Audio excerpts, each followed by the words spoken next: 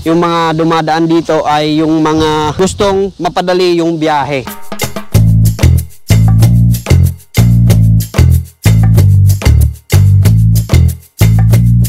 Itong lugar na ito ay isa sa mga tinitirahan ng mga Philippine eagle at yung mga endangered species na mga ibon.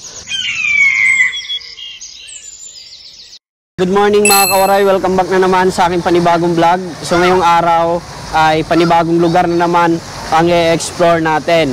So nung mga nakarang vlog natin ay ipinakita ko sa inyo ang pinakamalaking kuweba dito sa buong Pilipinas. Ang tinatawag nilang Langong Gubingob na makikita sa Calbiga, Samar.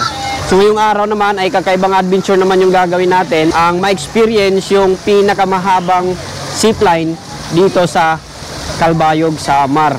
Bukod doon ay i-explore din natin yung magkaiba-ibang tourist attraction na makikita sa Calbayog, Samar. Kung mapapansin nyo, nandito po tayo ngayon sa Port Royal Water Park Resort dito po sa San Jose, Tacloban City. Kabubukas lang ng resort na ito. Saktong-sakto yung pamilya ko ay naligo dito. Oportunidad na may pakita ko sa inyo kung ano nga ba ang nasa loob ng resort na ito. Kaya tara, samahan nyo ako.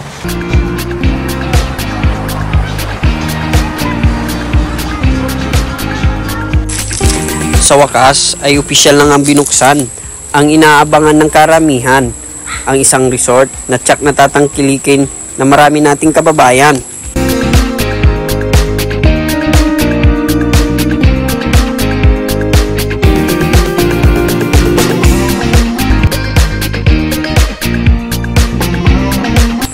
Ito nga pala ang tinatawag nilang Port Royal Water Park Resort na matatagpuan sa San Jose, Tacloban City. Marami ang pwede nating gawin dito, katulad na lang ng napakahabang slide na ito na swak naman para sa mga matatanda at meron ding mga pambata.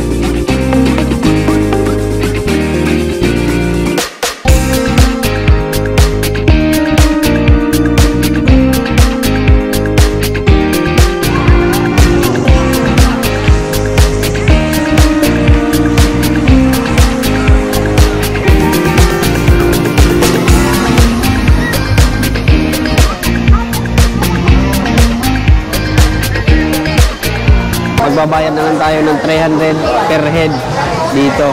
So tatlo kami, 900. Pero yung bata is 150 daw. Yan.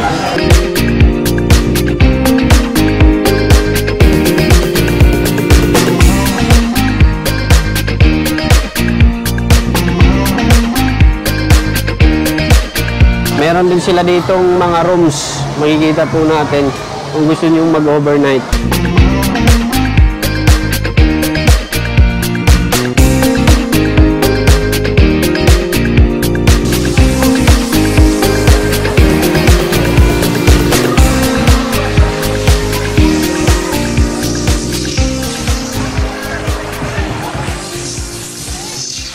Dito kami nag-stay dito sa Cabana Cottage. So number 22. So sa mga ganitong cottage na makikita nyo dito sa loob ng resort na ito ay bawat isa nagkakalaga ng 750. Ayan. So 750 po yung binayaran namin dito. So makikita nyo halos para-pareho yung design. Ayan. So swak na para sa mga pamilya. Kasya po ng mga 10 katao o may higit pa. Ayan. So, tingnan nyo naman, pwede kayo ditong magdala ng pagkain at pwede rin kayo ditong bumili ng pagkain. So, depende sa inyo kapag pupunta kayo rito. Kasi kami, may baon lang kami na pagkain, pansit at iba pa.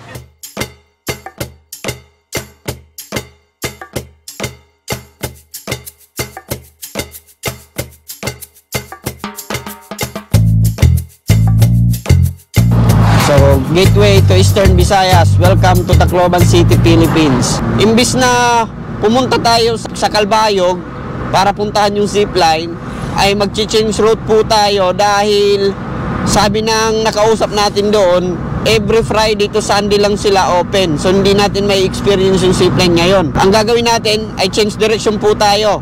So, pupunta po tayo ngayon sa Canabid Eastern Samar para mag-overnight sa tinatawag nilang Naked Island. Kaya samahan nyo ako ngayong araw.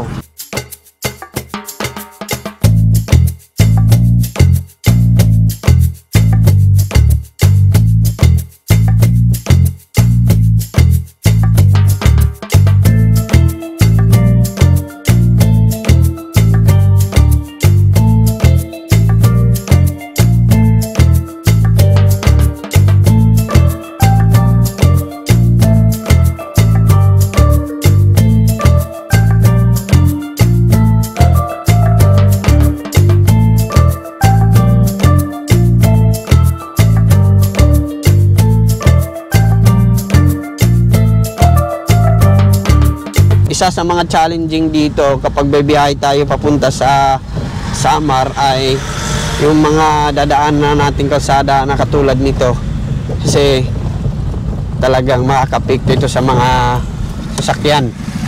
Kaya yung iba, mga sasakyan dito na lang dumadaan sa gilid. Tingnan nyo naman, ayan. Kaya minsan kapag nagbibiyahe tayo ay motorsiklo yung dinadala ko. Pero ngayon ay sasakyan yung dinala natin kasi marami tayong mga dala kasi mag-overnight po tayo eh. Ayan. So, sa mga stressful na biyahe kapag dumaan tayo rito. So, but so far, yung mga ilang parte naman ay ginagawa na. Itong binabaybay natin ay Buray po. Papunta po sa Canabid na mas madaling daan na kalsada. So ngayon, i-update ko rin kayo kung ano nga ba ang mga nangyayari dito sa kalsada, kasi nung mga unang punta natin dito ay inaayos ito. So ipapakita ko sa inyo kung ano nga ba ang kalagayan ngayon ng kalsada.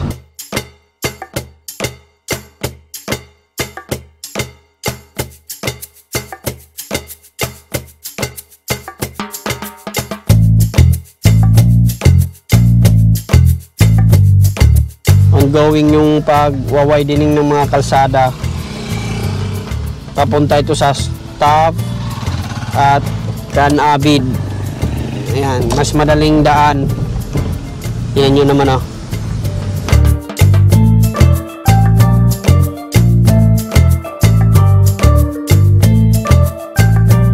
So makikita po natin, welcome to Eastern Samar na po tayo.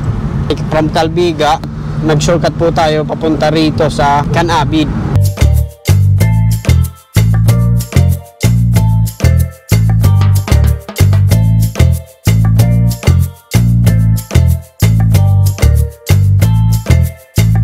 Nandito na tayo sa Top Eastern Samar. Makikita po natin, ayan o, yung mga ginagawang kalsada ngayon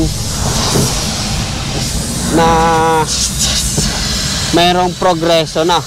So yung mga ginagawa ditong mga pader, pampatibay na hindi mag-landslide.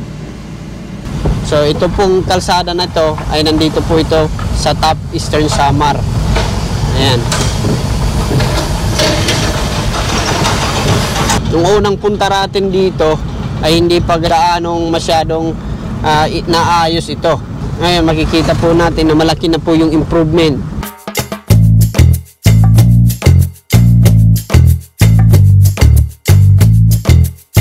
Makalipas ang 4 na oras na biyahe ay nandito po tayo ngayon sa Top Eastern Samar, dito sa Barangay Binaluan.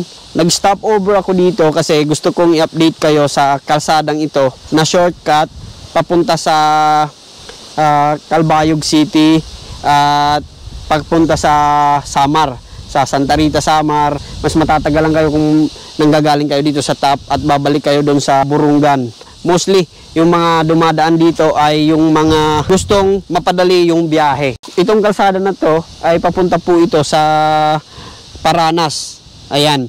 So lalabas ka dito ng Calbiga at Santa Rita. Ayan. So shortcut po ito.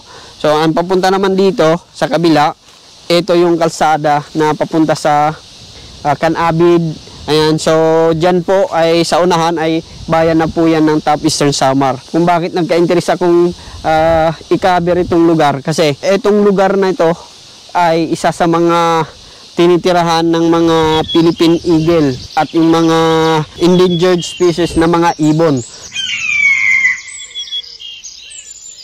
Nakarating na kami dito mismo sa pagtutulugan namin ngayong araw. Time check, 5 na ng hapon. So, natagalan kami kasi marami pa kaming mga inasikaso at sa biyahe marami tayong mga dinaanan. At marami din tayong mga pinambili na kakailanganin natin ngayong gabi dahil bukas ay aalis tayo papunta sa isla. So, ayun, makikita nyo, daming mga gamit dito. Bili na kami ng mga tinapay, kape, tsaka pagkain para mamayang gabi. Ito na yung pinamili namin para mamayang gabi makasurvive tayo. So bukas ay susubukan nating mag-overnight doon sa Pasig Naked Island.